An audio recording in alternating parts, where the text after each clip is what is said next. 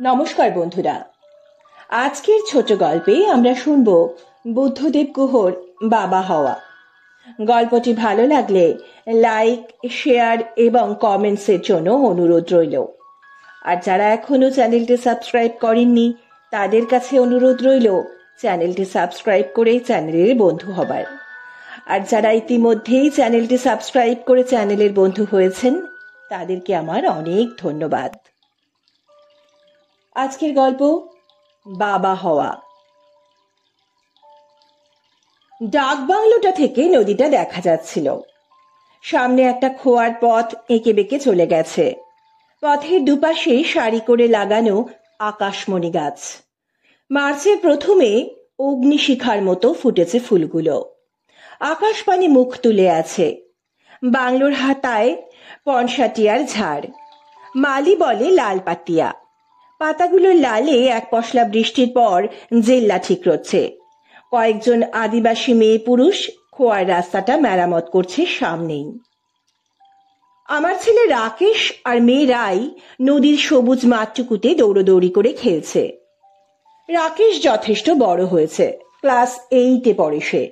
তাছাড়া বয়স অনুপাতে সে অনেক বেশি জানে, বোঝে। কত বিষয়ে সে যে পড়াশোনা করে তা বলার নয়। পড়াশোনাতে খুব ভালো সে তো বটেই, কিন্তু শুধু স্কুলের পড়াশোনাতেই নয়।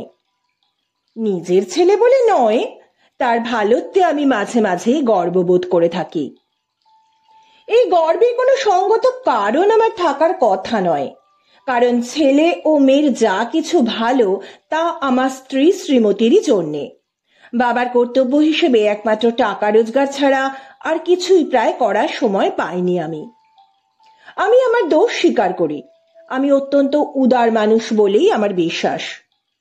তবুও খারাপ টুকুর দায় শ্রীমতীর ওপর অবহেলায় চাপিয়ে আমার ছেলে মেয়ের ভালোত্বের আনন্দটুকু আমি এই মুহূর্তে এই বাংলোর চওড়া বারান্দার ইজি চেয়ারে বসে তাকিয়ে তাকিয়ে উপভোগ করছি। শ্রীমতী ঘরে একটু জিরিয়ে নিচ্ছে। ড্রাইভে আমার কালো রঙা WMD নাম্বারের ঝকঝকে গাড়িটা সাদা সিট কভার পরে কৃষ্ণচূড়া গাছের ছায়ায় ঠায় দাঁড়িয়ে আছে। আমি একজন সেলফ মেড মানুষ। লেখাপড়া বিশেষ করিনি, মানে ইন্টারমিডিয়েট অবধি পড়েছিলাম। ইংরেজিতে বেশ কাঁচা ছিলাম। পড়াশোনা ছেড়ে দিতে হয় আর্থিক কারণেই। কিন্তু নানা রকম চাকরি এবং ফিরিওয়ালা থেকে জীবন শুরু করে আমি এখন একটা কারখানার মালিক। স্মল স্কেল ইন্ডাস্ট্রি হিসেবে রেজিস্টার্ড। লোহার ঢালাই করা জিনিস নানা দেশে এক্সপোর্টও করি। আমার ব্যবসা যে ভালো সে সম্পর্কেও ছেলে সম্পর্কিত গর্বের মতোই গর্ব আছে আমার। হাওড়াতে আমার কারখানা, সল্টলেকে হালফিল ডিজাইনের বাড়ি, সুন্দরী স্ত্রী আর স্থাবর অস্থাবর সম্পত্তি। বেশ কিছু লোক আমাকে স্যার স্যার করে, ভালো লাগে। কলকাতার একটা বড় ক্লাবে আমি বছর খানেক হলো মেম্বার হয়েছি। ইদানিং ক্লাবে এবং ব্যবসার জগতে আমি আকছার ইংরেজি বলে থাকি। আমি এখন জানি যে এ সংসারে টাকা থাকলে ইংরেজি বাংলা কিছু না জানলেও চলে যায়। টাকার মতো ভালো ও এফেক্টিভ ভাষা আর কিছুই নেই। তাছাড়া টাকা বাড়ার সঙ্গে সঙ্গে সব বিদ্যাই আপনা আপনিই বাড়ে। লক্ষ্মীর মতো সরস্বতী আর দুটি নেই। ক্লাবে আমাকে লোকে ম্যাক চ্যাটার্জি বলে জানে। আমার আসল নাম মকর ক্রান্তি। ছোটবেলায় পাড়ার ছেলেদের কাছে, আমার বাবার কাছে, চাকরি জীবনের বিভিন্ন মালিকদের কাছে আমার নাম ছিল মকরা। সে ডাকটা এখন ভুলেই গেছি। কেউই ডাকে না সে নামে, ডাকলে আমি রেগেও যাব। এই মুহূর্তে আমি একজন সুখী লোক। সংসারে সুখী হতে হলে যা যা থাকতে হয়, থাকা উচিত, আমার তার প্রায় সবই আছে। আমি একজন কপি বুক সুখী লোক। কিন্তু নদীর সামনে দূরে খেলে বেড়ানো আমার ছেলে রাকেশ এবং মেয়ে রাইয়ের কারণে আমি ঠিক যতটা সুখী তেমনই সুখী অন্য কিছুর জন্যে নয়। ছেলে মেয়ে ভালো হওয়ার সুখ, কৃতি হওয়ার সুখ, বাবাকে যে কৃতিত্ব এনে দেয় তা তার ব্যবসা, অর্থ, মান সম্মান কিছুই এনে দিতে পারে না। অবশ্য ছেলে মেয়েকে তাদের জীবনে অনেক কিছুই দিয়েছি আমি। আমাকে আমার মা বাবা দিতে যা যা পারেননি। আমি একজন কৃতী কেউকেটা যোগ্য বাবা ভাবছিলাম। আমি বড় লোক হওয়া সোজা, পণ্ডিত হওয়া সোজা, সব কিছু হওয়া সোজা, কিন্তু ভালো বাবা হওয়া বড় কঠিন। এই শান্ত দুপুরে আলসের কবুতরের ডাকের একটানা ঘুমপাড়ানি শব্দে, ছায়ায় স্নিগ্ধ হাওয়াতে, আদিবাসী কুলিকামিনদের রাস্তা সারানো ছন্দবদ্ধ খটখট আওয়াজে বসে আমি ভাবছিলাম আমি একজন সার্থক বাবা। বোধহয় একটু তন্দ্রা এসেছিল, চোখের পাতা বুজে গেছিল। এমন সময় একটা গাড়ির শব্দে আচমকা তন্দ্রা ভেঙে গেল। চোখ মেলে দেখি আমার কারখানার ওভারড্রাফট অ্যাকাউন্ট যে ব্যাংকে, সেই ব্যাংকেরই এজেন্ট এসে হাজির। মিস্টার রায় আমাকে বললেন, হঠাৎ এখানে? ওকে দেখেই আমি তড়াক করে লাফিয়ে উঠলাম। বললাম, আরে আপনি কোত্থেকে স্যার? সব স্যারেরই স্যার বলার লোক থাকে, বাবারও বাবা থাকে। লিমিট বাড়ানো নিয়ে গত 3 মাস ধরে বড় রমদারমদি চলছে। কানাঘুষোয় শুনেছি সোজা রাস্তায় হবে না, কিন্তু তেমন জানাশোনা হয় এমন সুযোগও হয়নি। এ একেবারে গড সেন্ট ব্যাপার। রায় সাহেব তার বিরাট এয়ার কন্ডিশনড অফিসে বসে এমন একটা এয়ার নিয়ে থাকেন যে মন খুলে কথাই বলা যায় না। আমি রায় সাহেবকে ইমপ্রেস করার জন্য ইংরেজিতেই কথাবার্তা চালু করলাম। আমি তো হাওড়ার একজন সামান্য ঢালাইওয়ালা নই। ডাবু ধরাই যে আমার শেষ গন্তব্য নয়। টাকা যে নোংরা আর পাঁকের মধ্যে জন্মায় না, পদ্ম ফুলের মধ্যেও জন্মায়, এই কথাটা এ হেন আপন গন্ধে কস্তুরী মৃগ সম পাগল ব্যাংকারকে বোঝানো দরকার। এমন সময় রাকেশ ও রায় ফিরে এলো। আমি আমার ছেলেমেয়ের সঙ্গে রায় সাহেবের আলাপ করিয়ে দিয়ে রায় সাহেবদের সবাইকে মহা সমারোহে বসালাম। রায়কে বললাম শ্রীমতীকে দিবানিদ্রা থেকে তুলতে। টিফিন ক্যারিয়ারে কিছু খাবার আছে কি নেই কে জানে। চৌকিদারকে ডেকে চা করতে বললাম। রায় সাহেব বললেন, রাঁচি যাচ্ছি। বাংলোটা দেখে ভাবলাম একটু রেস্ট করে যাই। আমার স্ত্রী ও শালী সঙ্গে আছেন, ওরা একটু যাবেন। নিশ্চয়ই নিশ্চয়ই বলে আমি রায়কে বললাম, রায় মাসিমাদের বাথরুমে নিয়ে যাও। রায় সাহেব ইম্পোর্টেড সিগারেটের প্যাকেট বের করে সিগারেট ধরালেন, আমাকেও একটা দিলেন। আমি কৃতার্থ হলাম, কিন্তু ওভারড্রাফটের লিমিটটা বাড়ালে আরো বেশি কৃতার্থ হতাম। তারপর বাংলোর সামনে কাজ করা কুলি কামিনদের দিকে আঙুল তুলে রায় সাহেব বললেন, this people are very honest and nice indeed. I mean these jungle laborers. তারপরেই বললেন, but they are really knave. আমি মাথা নাড়িয়ে বললাম, yes, right where they are really knave. Rakesh সিঁড়িতে বসেছিল, হঠাৎ উঠে এসে বলল, কাদের কথা বলছো বাবা? আমি একটু হেসে বিদগ্ধকৃতি বাবার মতো মুখ করে ওই কুলি কামিনদের আঙুল দিয়ে দেখিয়ে ইংরেজিতেই বললাম, we are talking about them, they are knave. Rakesh তার ক্লাসের সেরা ছাত্র, তার স্কুলও শহরের সেরা স্কুল। সে অবাক গলায় বলল, নেভ? রায় সাহেব সিগারেটের ধোঁয়া ছেড়ে কৌতুকের স্বরে বললেন, ওয়াই সান? রাকেশ বলল, ওরা অনেস্ট কিন্তু নেভ, দুটোই একসঙ্গে কি করে হবে? তারপর কান ঝাঁকিয়ে আমাকে বলল, I don't know why you call them knave. Rai Sahib বিরক্ত গলায় বললেন, নেভ বানান জানো? রাকেশ অপমানিত হলো। আমি মানে রাকেশের বাবা নেভ বানান এবং মানে দুটোর একটাও জানতাম না। রায় সাহেব বলেছিলেন বলে ওর কথায় সায় দিয়েই বলেছিলাম। তাই রাকেশের দিকে তাকিয়ে রইলাম, সে বাবার সম্মান রাখতে পারে কিনা তা দেখার জন্য। রাকেশ কেটে কেটে বলল, KNAVE। আপনি আর বাবা এই নেভের কথাই বলছিলেন তো? এক্স্যাক্টলি বললেন মিস্টার রায়। রাকেশ বলল, আমি তো তাই ভাবছি। তাহলে আমি ঠিকই বলছি, নেভের মানে তো অন্য। মিস্টার রায় আমার দিকে চেয়ে বললেন, তাহলে আমি ভুল বলেছি, কি বলেন মিস্টার চ্যাটার্জি? আমি বললাম, কি যে বলেন স্যার, আপনি কখনো ভুল বলতে পারেন? আজকালকার ছেলেদের কথা ছেড়ে দিন, সব অসভ্য, অভদ্র। রাকেশ হঠাৎ আমার দিকে একবার তাকালো। এমন চোখে আমার ছেলে, যে নবজাত ছেলেকে আমি নার্সিং হোমে উলঙ্গ অবস্থায় দেখেছি, দু পা একসঙ্গে করে ধরে গামলায় চান করিয়ে নার্স যাকে তুলে ধরে বলেছিল, এই যে মকর বাবু, দেখেন আপনার সওয়াল, বাবা হইলেন গিয়া আপনি। সেই ছেলে এমন ঘৃণ্য ও হতাশা মেশা অবাক হওয়া চোখে কখনো আমার দিকে তাকায়নি, কখনো তাকাবে বলে ভাবিও নি। একটুক্ষণ তাকিয়ে রইল রাকেশ, তারপর মিস্টার রায়ের দিকে মাথা নিচু করে বলল, আই এম সরি। আমি বললাম, সরি শুধু নয় রাকেশ, ইনি কে জানো? কত বড় পণ্ডিত তা তুমি জানো? বলেই ভাবলাম, ও কি করে জানবে? Stupid innocent idiot.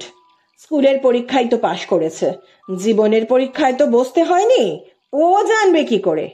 ব্যাংকের লিমিট না বাড়লে যে ব্যবসা বাড়ে না, গাড়ি চড়া যায় না, আর ভালো থাকা যায় না, ভালো স্কুলে পড়ানো যায় না ছেলে মেয়েকে, তা ও কি করে জানবে? গাধা। আমি বললাম, স্বীকার করো ওর কাছে যে তুমি অন্যায় করেছ, বলো যে তুমি ভুল বলেছ, ক্ষমা চাও তর্ক করেছ বলে। আমি বলেই রাকেশ আমার দিকে চেয়ে রইল। ইতিমধ্যে রায় সাহেবের স্ত্রী ও শালী বারান্দায় চলে এলেন। আমি আভা লঘু করে বললাম, বসুন বসুন, এক্ষুনি চা আসছে।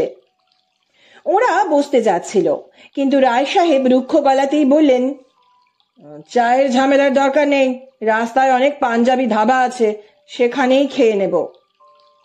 বলেই অত্যন্ত অভদ্রভাবে বললেন, চলি মিস্টার চ্যাটার্জি। শ্রীমতীও ঘর থেকে বাইরে এসেছিল। ওর সঙ্গে মহিলারা ভালোই ব্যবহার করেছিলেন, তাই মিস্টার রায়ের এইরকম হঠাৎ চলে যাওয়ার কারণ ও বুঝতে পারল না। আমি তাকিয়ে দেখলাম রাকেশ নেই, কখন সরে গেছে বারান্দা থেকে। সিঁড়ি দিয়ে নেমে আমি গিয়ে মিস্টার রায়ের গাড়ির দরজা খুলে দিলাম। মিস্টার রায় সামনের সিটে উঠতে উঠতে বললেন, আপনার ছেলেটি ভালো, কিন্তু ওকে ভালো করে ম্যানার্স শেখান। এখনই যদি সবকিছু জেনে ফেলে, তবে পরে কি জানবে আর? আমি হাত জোর করে বললাম, ওর হয়ে আমি ক্ষমা চাইছি, অপরাধ নেবেন না। মিস্টার রায় সিগারেটটা ছুঁড়ে ফেলে দিয়ে বললেন, অপরাধের কি আছে? তারপর একটু থেমে আমার চোখের দিকে চেয়ে বললেন, অপরাধ ক্ষমা করাই তো আমাদের কাজ। গাড়িটা চলে গেল। আমি ডাকলাম, রাকেশ, রাকেশ। আমার ম্যাক চ্যাটার্জির মধ্যে থেকে মুন্ডিতলা বাইলেনের মকরা বেরিয়ে এলো বহুদিন পর। আমি হুঙ্কার দিলাম, কোথায় তুই ছোকরা? তোর পিঠের চামড়া তুলবো আজ। রাকেশ যেন মাটি ফুঁড়ে উঠল। একটু উত্তেজনা নেই, শান্ত ধীর পদক্ষেপে আমার দিকে এগিয়ে এলো। আমার চোখে চোখ রাখলো। ও চোখ দেখে আমার মনে হলো, এ ছেলে আমার নয়, এ আমার শত্রু, আমার ধ্বংসকারী বিষ বৃক্ষ। আমি বললাম, তুমি ভেবেছটা কি? রেগে গেলে ছেলে মেয়েদের আমি তুমি করে বলি। রাকেশ শান্ত গলায় বলল, কি বাবা? আবার কি বাবা? বলে আমি চটাস করে এক চড় মারলাম ওকে। বললাম, বাবার মুখের ওপর কথা বলা? তুমি বাবার চেয়েও বেশি জানো? তুমি জানো মিস্টার রায় কত বড় অফিসার, আমাদের ব্যবসার ভাগ্য বিধাতা উনি, আর তুমি তার চেয়েও বেশি জানো? বড়দের মুখের ওপর কথা, মুখে মুখে কথা। শ্রীমতী দৌড়ে এলো। আমি বললাম, তুমি সরে যাও, আমি ওকে আজ মেরেই ফেলবো, আমার আজ মাথা ঠিক নেই। শ্রীমতী রাকেশকে ধাক্কা দিয়ে সরিয়ে দিতে গেল, কিন্তু রাকেশ নড়ল না, দৃঢ় পায়ে দাঁড়িয়ে রইল, কিন্তু মুখের ভাব শান্ত, নিরুত্তাপ। আমি কি করে ওর মনের দৃঢ়তা ভাঙবো বুঝতে না পেরে ওর নরম গালে আর এক চড় মারলাম। ওর দুগাল বেয়ে 2 ফোঁটা জল গড়িয়ে গেল। ওর চোখের দিকে চেয়ে হঠাৎ এই প্রথমবার আমার মনে হলো, এ ছেলে সাংঘাতিক ছেলে, বড় হলে বোধহয় নকশাল হবে অথবা ওই রকমই কিছু। নিজের বাবাকেই খুন করবে। এক সময় রাকেশের মতো পড়াশোনায় ভালো ছেলেরাই তো ওই সব করেছিল। আমি ভাবলাম ওকে চণ্ডীমাতা প্রাইমারি স্কুলে পড়াশোনা করালেই ভালো করতাম। ঢালাইওয়ালা মকরার ছেলেকে ইন্ডাস্ট্রিয়ালিস্ট করার স্বপ্ন দেখতে গিয়েই এই বিপত্তি। শ্রীমতী নিরুত্তাপ উদাসীন গলায় বলল, অনেক বেড়ানো হয়েছে, পিকনিক হয়েছে, এবার ফিরে চলো। রাতটা মামা বাড়িতে খড়গপুরে কাটিয়ে কালই কলকাতা যাব। বাইরে থেকে ফিরে এসেছি 10 দিন হলো। এসে অবধি ভারী খাটুনি যাচ্ছে। লোডশেডিং এর জন্য রাতে ঢালাই প্রায় বন্ধ। একটা জেনারেটর কেনা নিয়ে দৌড়োদৌড়ি করতে করতে হয়রান হয়ে গেলাম। সল্ট লেকে বড় মশা। শুয়েছি মশারির মধ্যেই, তবু এখনো ঘুম আসছে না। কেন জানি না বাড়ি বাড়ি রাকেশের কথাই মনে হচ্ছে। রাকেশ যখন ছোট ছিল, যখন আমার অবস্থা এত ভালো ছিল না, তখন আমাদের আমহা স্ট্রিটের ভাড়া বাড়িতে শ্রীমতীর সঙ্গে মেঝেতে মাদুর পেতে বসে ও পড়তো। আমি অফিস থেকে ফিরলেই বাবা বাবা বলে দৌড়ে এসে আমার কোলে উঠত। ওই বয়সটাই ভালো ছিল। নিচের তলায় রাকেশের পড়ার ঘর। আমরা কি ছোটবেলায় এত সুযোগ সুবিধা পেয়েছি? কত কষ্ট করে পড়েছি বাজে স্কুলে বইপত্র ছাড়া। এরা এত কিছু পেয়ে কি এত উদ্ধত হয়ে গেল, অমানুষ হয়ে উঠল কি? ঘুম আসছিল না। বাড়ির সকলে ঘুমিয়ে পড়েছে। ছেলেমেয়েরা বড় হয়ে যাওয়ার পর আমি আলাদা ঘরে শুই, শ্রীমতী রায়কে নিয়ে অন্য ঘরে, রাকেশ আলাদা ঘরে। সারা বাড়ির আলো নিবনো। নিচের পর্চে শুধু একটা আলো জ্বলছে গ্যারেজের সামনে। ঘরের মধ্যে পায়চারি করছিলাম। পায়চারি করতে করতে কখন যে আমি দরজা খুলে সিঁড়ি ভেঙে রাকেশের পড়ার ঘরে চলে গেছি, আলো জ্বালিয়েছি, জানিও না। ঘরের এপাশ ওপাশ সব ঘুরে বেড়ালাম। ড্রয়ারে চাবি দেওয়া। ড্রয়ারে কি আছে কে জানে। ড্রয়ার খুলে আবার কি নতুন আতঙ্ক হবে তা তো জানা নেই। ড্রয়ার বন্ধ থাকাই ভালো। রাকেশের লেখা টেবিলে একটা খাতা, বুক রাখে অনেক বই। মাস্টার মশাইয়ের বসার জন্য টেবিলের উল্টো দিকে একটা চেয়ার, দেওয়ালে ব্রুসলির বড় পোস্টার। যা খুঁজছিলাম দেখলাম আছে। 2টি ডিকশনারি আছে। প্রথমটি কনসাইজ অক্সফোর্ড ডিকশনারি। পাতা উল্টে উল্টে নেইভ কথাটা বের করলাম। লেখা আছে, আনপ্রিন্সিপালড ম্যান, রোগ, সার্ভেন্ট। রাগে আমার গা জ্বলে গেল। ওই লেবার ডে যদি মিস্টার রায় ভেরি নাইস বলে থাকেন এবং ভালো চাকর বাকর বলে থাকেন, তাহলে ভুল কে বলেছেন? অন্য ডিকশনারিটা টেনে নিলাম। Junior school dictionary, first edition, 1969। তাতে শুধুই লেখা, a person who lives by cheating, a dishonest character. এছাড়া আর কিছুই লেখা নেই। আমি রাকেশের চেয়ারে বসলাম, 2 হাতের পাতায় মুখ রেখে ভাবতে লাগলাম। ভেরি নাইসের সঙ্গে এই মানেটা খাপ খায় না। কিন্তু মিস্টার রায় এত বড় একজন অফিসার ও লেখাপড়া জানা লোক হয়ে কখনো ভুল করতে পারেন না। বড় মশা কামড়াতে লাগলো। গিয়ে ফ্যানটা খুলে দিলাম অন করে। হঠাৎ রাকেশের টেবিলে রাখা খাতাটার উপর চোখ পড়লো আমার। মলাটে রাকেশের নাম, ক্লাস, রোল নাম্বার সব লেখা। এটা পুরনো ক্লাসের খাতা, আজে বাজে লেখার জন্য ব্যবহার করে নিশ্চয়ই। প্রথম পাতাটা ওটাতেই দেখি রাকেশ লিখেছে, নেভার স্টপ লার্নিং। এই কথাটা বারবার লিখেছে, লিখে নিচে আন্ডারলাইন করেছে। আর সেই পাতারই নিচের দিকে লিখেছে, you must have the courage of your conviction. এর নিচে যে লাইন টেনেছে বারবার, তা এত জোরে চাপ দিয়ে দিয়ে টেনেছে যে কাগজ নিবের চাপে ছিঁড়ে ছিঁড়ে গেছে। খাতাটার দিকে তাকিয়ে আছি। এমন সময় আমার মাথায় কার হাতের স্পর্শে চমকে উঠলাম ভয় পেয়ে। এত রাতে? কে? রাকেশ? কে? বলে উঠলাম আমি। আমি, বলল শ্রীমতী। আমি শুধলাম, রাকেশ ঘুমোচ্ছে? হ্যাঁ। আমি বললাম, আমাকে তুমি কিছু বলবে? শ্রীমতী বলল, না। বলেই ঘরে যেমন নিঃশব্দে এসেছিল তেমনি নিঃশব্দে চলে গেল। একটু পর সিঁড়ি দিয়ে দোতলায় উঠতে উঠতে আমি অনেক কিছু ভাবতে লাগলাম। আমার ব্যবসা, আমার টাকা পয়সা, আমার সামাজিক প্রতিষ্ঠা, আমার বাড়ি গাড়ি সবই তো রাকেশ আর রায়ের জন্যেই। যদি ওরাই, যদি আমি, ওরাই যদি, কি লাভ? কেন এত খাটুনি, এত দৌড়োদৌড়ি? হাওড়ার বাঁশবনে শেয়াল রাজা হবার এই তীব্র আকাঙ্ক্ষা আমার কেন? কাদের জন্যে? আমার একার জন্যে কি? সকালবেলাটা যে কি করে কেটে যায় বুঝতেই পারি না। মোল্ড নিয়ে আজ মহা গোলমাল হলো। লয়েডস ইন্সপেকশনের একজন লোক কেবলই পাসিং এর সময় বায়নাক্কা লাগাচ্ছে, এই রেটে রিজেকশন হলে আর ব্যবসা করতে হবে না। ঘোষালের নতুন হওয়া বাচ্চাটা নার্সিংহোম থেকে আসতে না আসতেই মারা গেছে, কারখানায় আসতেই পারছে না সে। সব ঝক্কি আমার একারই সামলাতে হচ্ছে কদিন থেকে।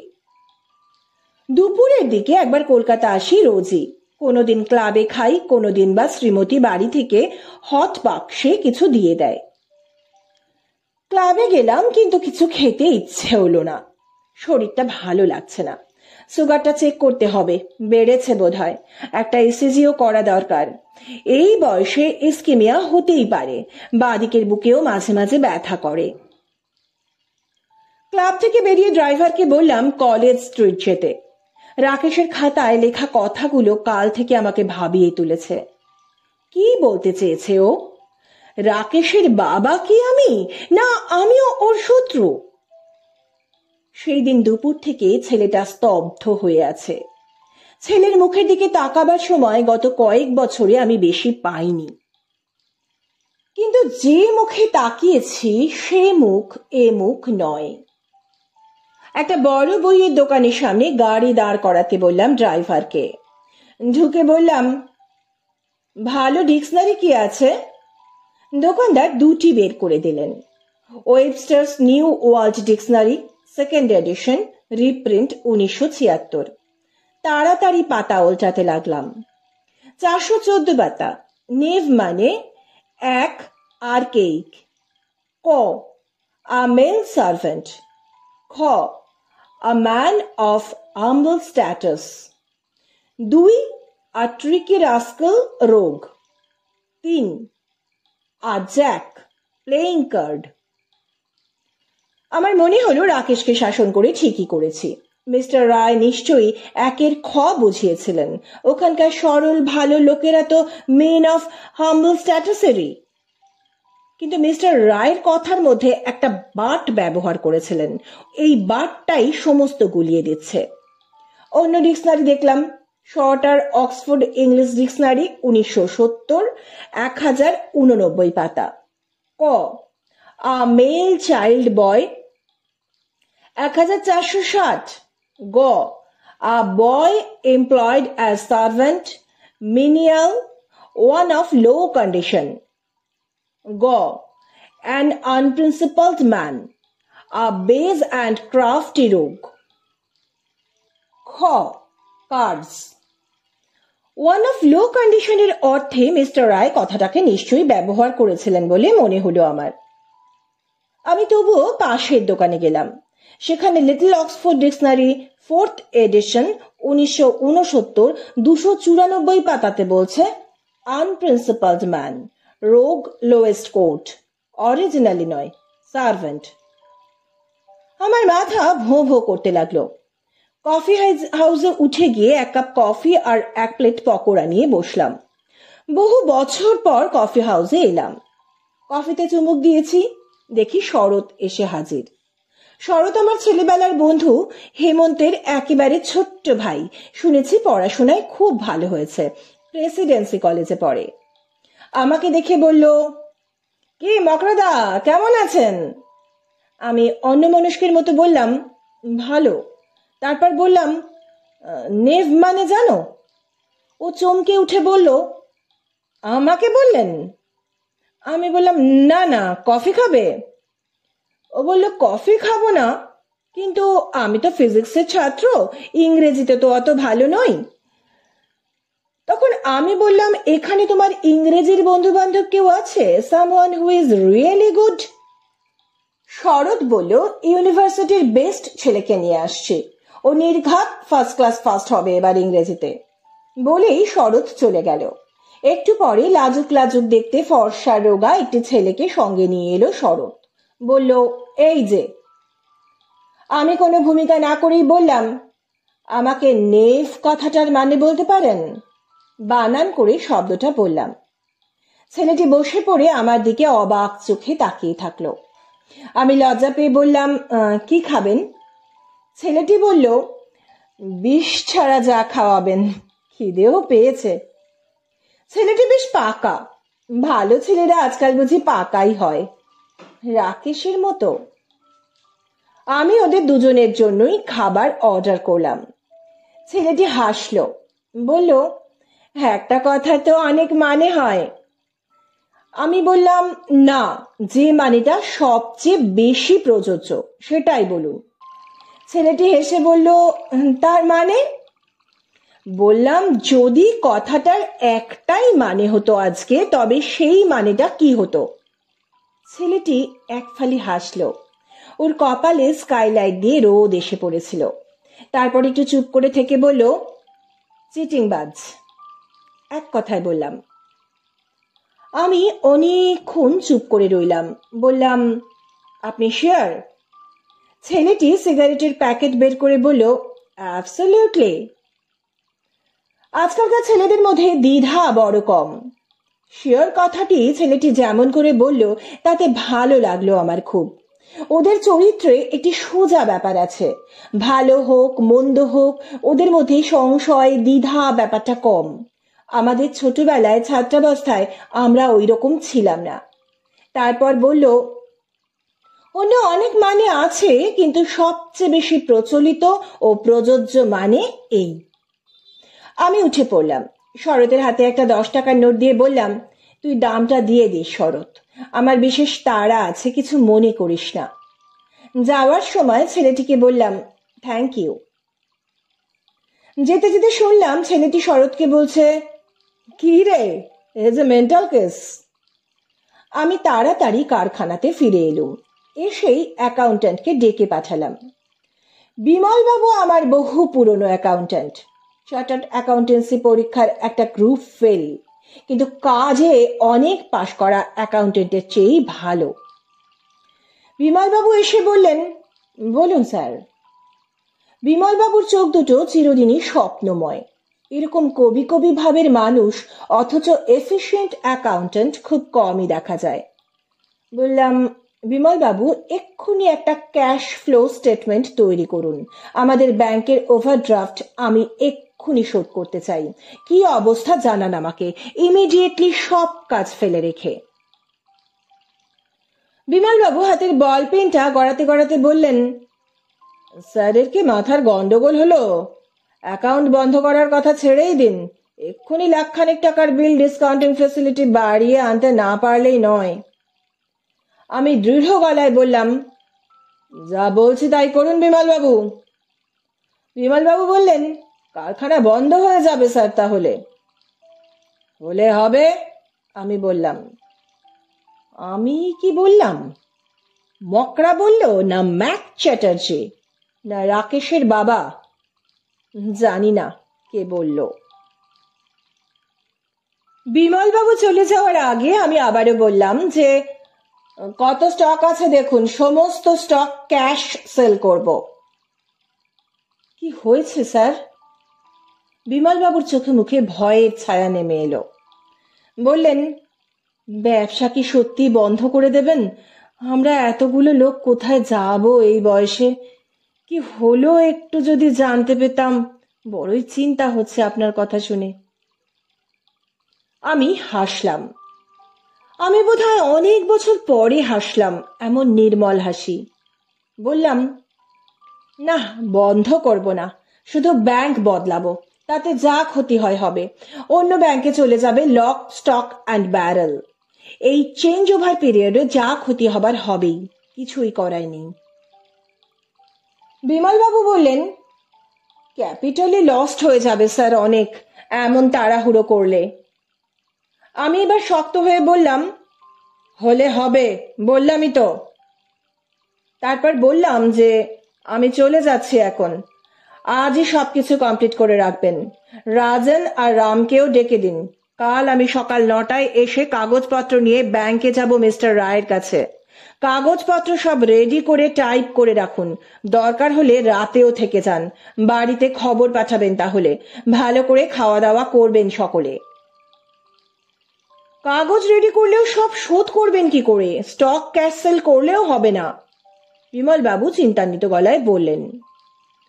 আমি বললাম, অন্য সম্পত্তি এক বসত বাড়িটা ছাড়া বিক্রি বা মর্টগেজ করে দেব, যা হোক করে হয়ে যাবে।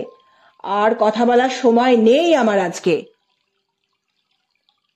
বহুদিন বহু বছর পর আমি দিনের আলো থাকতে কারখানা থেকে বেরোলাম। এত সময় হাতে নিয়ে আজ কি করব জানি না। নিউ মার্কেটে গিয়ে কেক কিনলাম। রাকেশ খেতে ভালোবাসে, চকলেট কেক। তারপর কলেজ স্ট্রিটের দিকে গাড়ি চালাতে বললাম।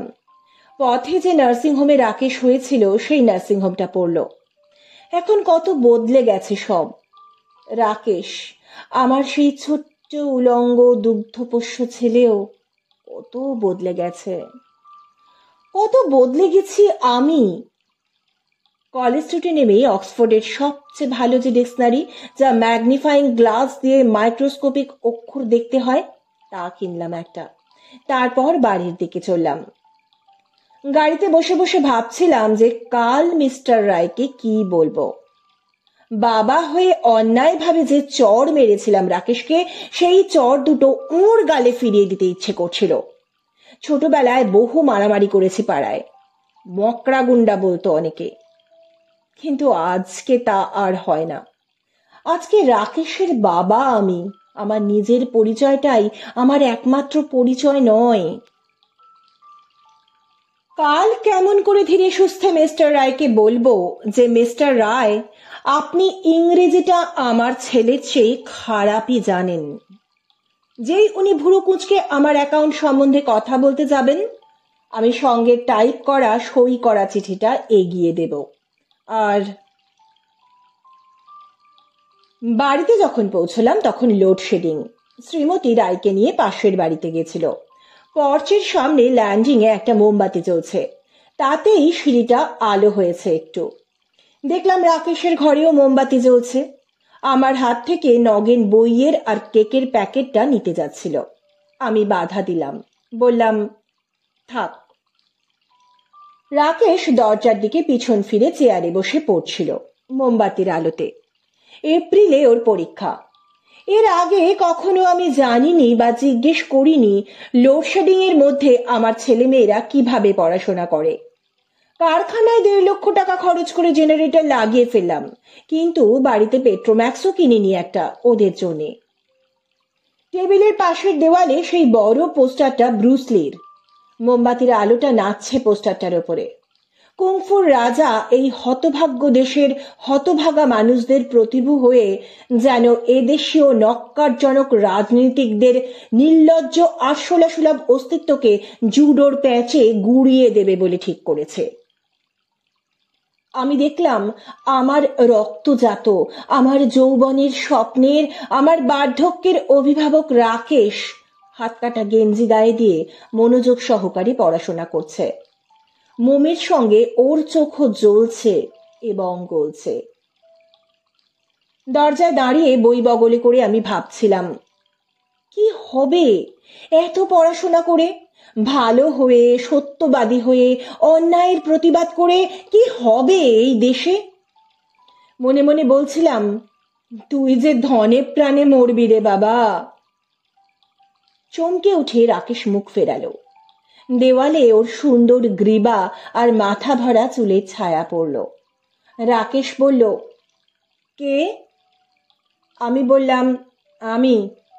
রাকেশ উঠে দাঁড়ালো, বলল, বাবা, কিন্তু মুখ নিচু করে রইল। আমি বইয়ের দুটি খণ্ড ওর টেবিলে নামিয়ে রাখলাম। বললাম, তোর জন্য এনেছি রে। কেন বাবা? রাকেশ অবাক হয়ে শুধল, মাথা নিচু করেই। আমার হঠাৎ মনে পড়ল, এ পর্যন্ত হাতে করে আমি নিজে আমার ছেলের জন্য কিছুই আনিনি। সময় হয়নি, মনেও হয়নি। আমি অস্ফুটে বললাম, তুই? তারপর গলা পরিষ্কার করে বললাম, রাকেশ, তুই ঠিক বলেছিলি। কি বাবা? রাকেশ আবারও বলল অস্ফুটে, সেদিন মিস্টার রায় ও আমি দুজনেই তোর প্রতি অন্যায় করেছিলাম। তারপর হঠাৎ আমি বললাম কি নাকি কে জানে, কিন্তু নিশ্চয়ই বললাম, তুই আমাকে ক্ষমা করিস, আমার অন্যায় হয়েছিল রে। রাকেশ আবারও বলল, বাবা। আমি রাকেশের দু কাঁধে আমার দুটি হাত রাখলাম। ভাগ্যিস লোডশেডিং ছিল, নইলে রাকেশ দেখতে পেত আমার দু চোখের দু কোণায় জল চিকচিক করছে। রাকেশ কিছু বলার আগেই বললাম, ওপরে আয়, তোর জন্য কেক এনেছি, চকলেট কেক। তোর মা একদিন বলেছিল তুই ভালোবাসিস। তোর মা ও রাই আসার আগেই চল, আমরা দুজনেই এটাকে শেষ করে দিই। রাকেশের মুখে সেদিন ডাক বাংলোয় যে হঠাৎ অপরিচিত রং লেগেছিল তা আস্তে আস্তে ধুয়ে এলো।